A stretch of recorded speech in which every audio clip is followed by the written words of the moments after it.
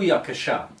I is here with my main man, the founder and Rosh Yeshiva of Yeshivat Leva Torah, and his name be none other than Rav Boaz Mori.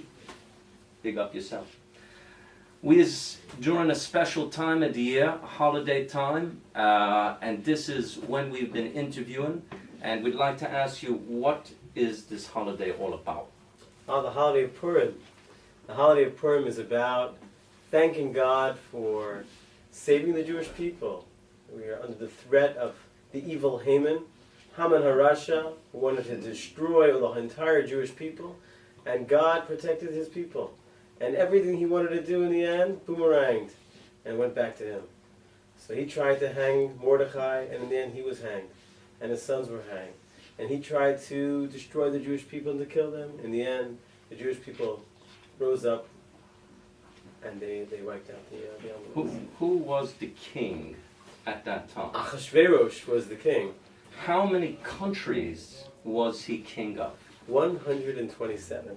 Was Disneyland, or Disney World by extension, one of them countries? I don't think that was in existence at that point. Okay.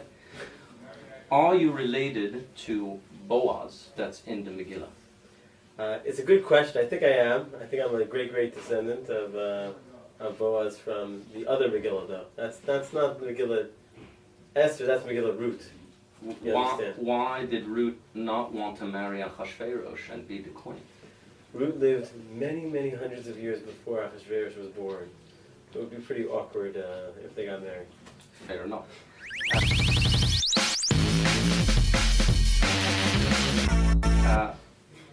Was Esther married to Mordechai or to Achashverosh? Which one? Is people allowed to marry more than one person in Judaism? So the Talmud tells us that Esther was actually married to Mordechai, and but no one knew about that. That was like a secret thing, you know. And Achashverosh, he thought he was marrying someone who was not married, but he married her, yeah. But is that allowed in the Judaism No, to be married to more than one woman? Me has heard that, you know, colored people like me and you is allowed to marry more than one woman. Is that true? Yeah.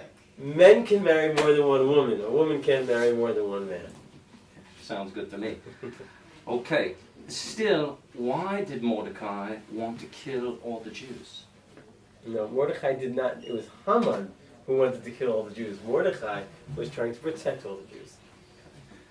Why is everyone walking around so mashed? I mean, me generally doesn't need any excuse to get mashed.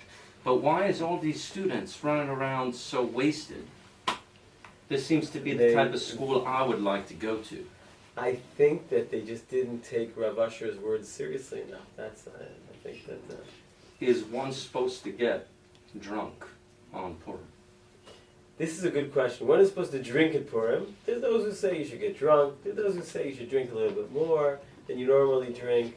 It's a great big question in Judaism. Is we going to be doing shots together? I'll be drinking a little bit. You're going to join us in the Suda? For real. What message do you have to all them out there in TV land? You know, my message to you is that Purim is a wonderful holiday, and it's one where all of Am Yisrael is together. We're united. We eat together. We drink together. We give gifts to each other. We should remain united, not just on Purim, but throughout the year, all along. Okay. I want to thank Rav Boaz Mori. It's been a pleasure, and thank you so much. Thank you so much for having me on your show. Respect. You better check yourself before you wreck yourself. I is here with my main man, the Dean, Rabbi Michael Kip Citron. Big up yourself. Today we is going to talk about sports and religion. Is a religious person allowed to play sports? Well, I really think that there's no reason that you should be spending any time doing anything besides learning the Gemara and the texts. I really think that it's the vote of the Jew to be in the Beis Midrash, learning all the time. And I really think it's a complete waste of time. If you need a break, you should do a break and learn Machshava or something like that. But you really should not be taking time away from your learnings. is it a good idea for peoples in the yeshiva to go out and jog at the Jerusalem Marathon? I think that it puts you in an entirely inappropriate situation. You're surrounded by this physical world, this secular world, which the whole point of being in yeshiva is to separate you from that, to teach you how to be good Jews who can serve Hashem, who should be learning. And I really don't think it's appropriate for a Ben Torah or somebody who's in yeshiva to be in that kind of environment. Me has heard that you is an excellent basketball player. If me worked out and practiced a lot for weeks and weeks, does you think that I could become as tall as you? I'm really not sure height is something that you can work on. I think that's directly min hashamayim. I think you confuse height and strength. Ain't that a bit racialist of you to say that to me? I'm not really sure how to respond to that. No. Let's talk about other hobbies. Apparently, yours is a tourist guide. Is that true? Yes, I am. I do lead tours of people who come to visit the Holy Land, Eretz Yisrael. I'm registered as an Israeli tour guide, and I really do enjoy showing people the beautiful land that we are in, that we were given by God. What other countries in the area do tourists go to? I really don't think there's any reason for anybody to leave Eretz Yisrael. I think that it's a mitzvah to be here, to settle here, to be in this land, and I don't think people should be leaving. If someone wasn't the Jewish, what countries could they tour around? Well, you've got Egypt, you've got Jordan. Is that named after Michael Jordan? No, I do not believe so. Well, that's what he was telling the cameras. But ain't it hypocritical, given one sportsman, no matter how good he is, the power of an entire country? I don't think there's any affiliation between Michael Jordan, the basketball player, and the sovereign nation of Jordan that's on Israel's borders. So you think. What was the craziest place that you has ever visited in a tour? That's a great question. I don't think that there's really... I think the word crazy is somewhat misleading. I think that there's nothing really crazy when you accept that everything is from God and that it was all created and that this is all for us. I don't think it's really crazy. Has you ever done a tour of the moon?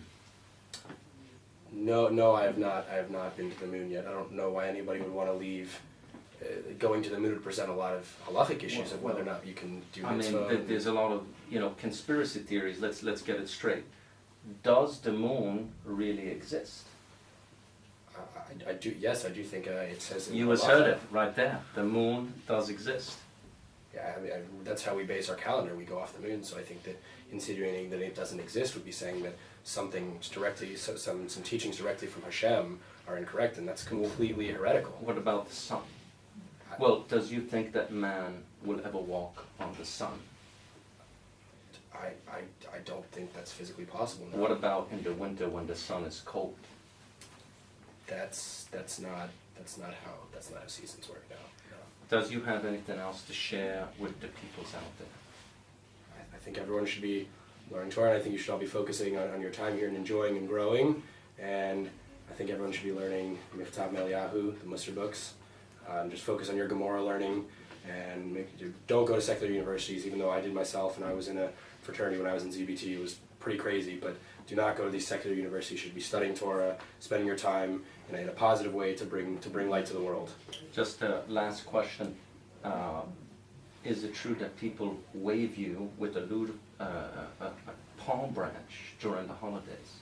Well, yes, we do shake it in multiple directions on the holiday of Sukkot. The word on the street is that you has got your name from an incident that took place in Temple when lots of people were standing there with lemons, and one guy poured the water the wrong way, and everyone threw their lemons at them and killed the guy. Is that true? I'm not familiar with the story to which you're referring. All right. Yeah. I want to thank Rabbi Michael Kip Citrin for his insight and wisdom. It's been interesting. It's been everything boring at times, but that's life, right? Big up yourself, and happy Purim. Chag Sameach.